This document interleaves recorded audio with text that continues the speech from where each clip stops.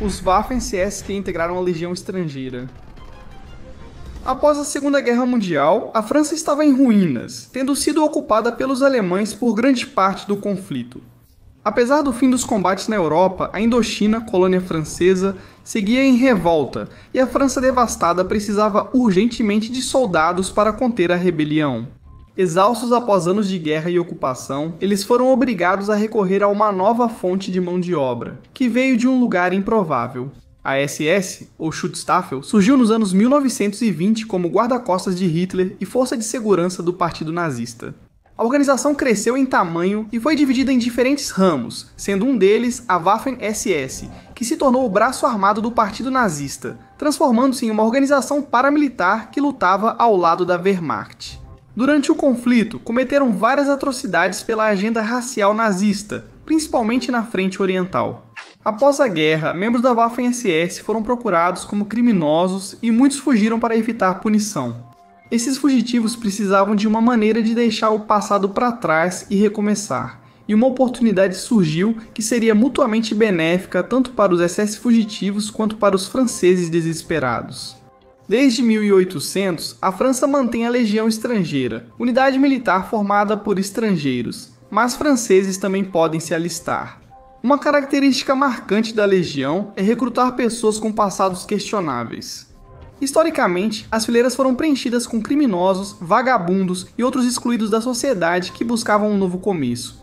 Hoje os padrões são mais rígidos. Criminosos procurados pela Interpol ou envolvidos em assassinatos e tráfico de drogas não são aceitos, mas crimes menores são ignorados. Ter ficha criminal por pequenos delitos é valorizado, pois o recruta tende a querer deixar o passado, tornando-se mais devotado à legião. As demais restrições são idade, capacidade mental e condicionamento físico dos recrutas. Homens de 17 a 40 anos, com boa saúde mental e física, de qualquer lugar do mundo, etnia, religião, filiação política, status, riqueza ou nível de educação, podem ser aceitos e já foram aceitos. Nenhuma outra pergunta é feita. Quem quer recomeçar pode fazê-lo servindo na Legião. O anonimato é obrigatório, com novos recrutas se alistando sob um nome falso chamado Anonima, podendo usar seus nomes reais apenas após certo tempo de serviço. Esse sistema é ideal para quem deseja esquecer transgressões passadas ou evitar punições por crimes. Os alemães sempre foram presença marcante na Legião Estrangeira Francesa. Antes da Segunda Guerra Mundial, estimava-se que 80% dos sargentos da Legião eram alemães. Após a guerra, havia condições favoráveis para muitos recrutas alemães. Com o país ocupado por potências hostis, muitos ex-soldados fugiram de represálias, alistando-se entre antigos adversários e aproveitando o anonimato. Segundo um artigo do New York de maio de 1947, até 80% de uma unidade de 5.000 homens enviados à Indochina francesa eram alemães, a maioria ex-prisioneiros de guerra. Esses homens, descritos como na casa dos 20 anos e tendo a guerra como única profissão, eram verdadeiros mercenários, segundo o artigo. Para os membros da Waffen-SS, isso era uma forma de evitar serem julgados por seus crimes. Mesmo com a política de anonimato da Legião, porém, há limites para o que eles vão ignorar. Devido às atrocidades que cometeram, os membros da SS não admitiam sua associação anterior com a organização, mas se apresentavam simplesmente como soldados alemães comuns, esperando passar despercebidos pelo processo de triagem. Isso gerou grande complicação. Membros da Waffen-SS costumavam ser tatuados com o tipo sanguíneo em pequenas letras no interior do braço esquerdo, perto da axila. Isso garantia o fornecimento do tipo sanguíneo certo em transfusões se as plaquetas de identificação fossem perdidas. Após a guerra, ter uma tatuagem nessa área frequentemente era visto como prova de que o homem era membro da SS, e ele era tratado de acordo pelas forças aliadas. O sistema não era perfeito, pois nem todos os membros da SS tinham tatuagem, e muitos soldados da Wehrmacht também possuíam, especialmente os tratados em hospitais da SS. Para não serem identificados, membros da SS removiam a tatuagem, destruindo provas de suas ligações anteriores. Mesmo assim, as equipes de recrutamento da Legião Estrangeira Francesa observavam candidatos com tatuagem de grupo sanguíneo ou cicatrizes suspeitas no local de tatuagens.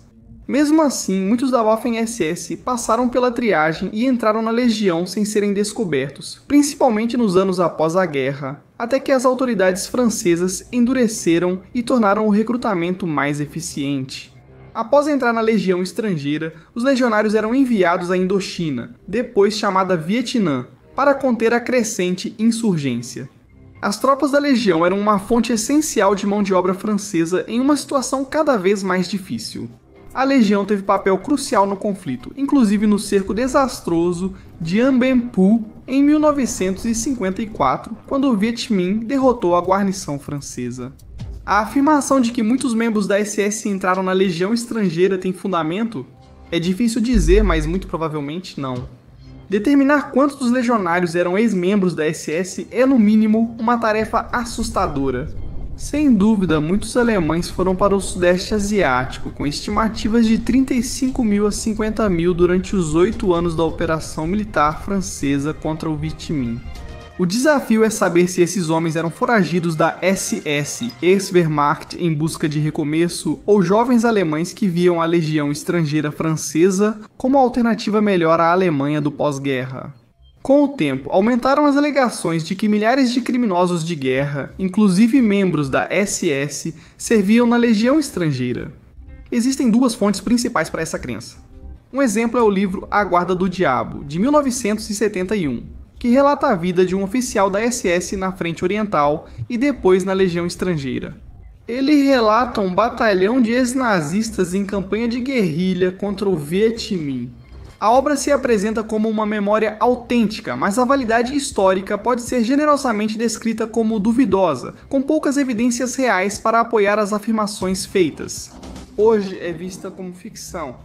Para piorar, os próprios Viet Minh, após capturarem milhares de soldados franceses em Dien Bien Phu, afirmaram que havia muitos Waffen-SS entre eles.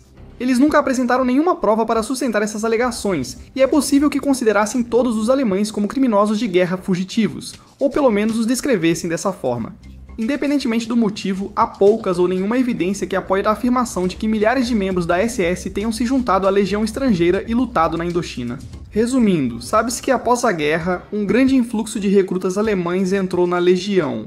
As autoridades francesas buscavam membros da SS que seriam rejeitados e detidos. A política de anonimato da Legião significava que, caso os fugitivos conseguissem passar pela triagem inicial, sua identidade e antigas alianças seriam praticamente impossíveis de rastrear com precisão. Com os relatos pouco confiáveis do Viet Minh e relatos sensacionalistas tidos como fatos, o assunto segue envolto em águas turvas. As alegações de que milhares de membros da SS aderiram à Legião para escapar de punição por seus crimes são provavelmente muito exageradas.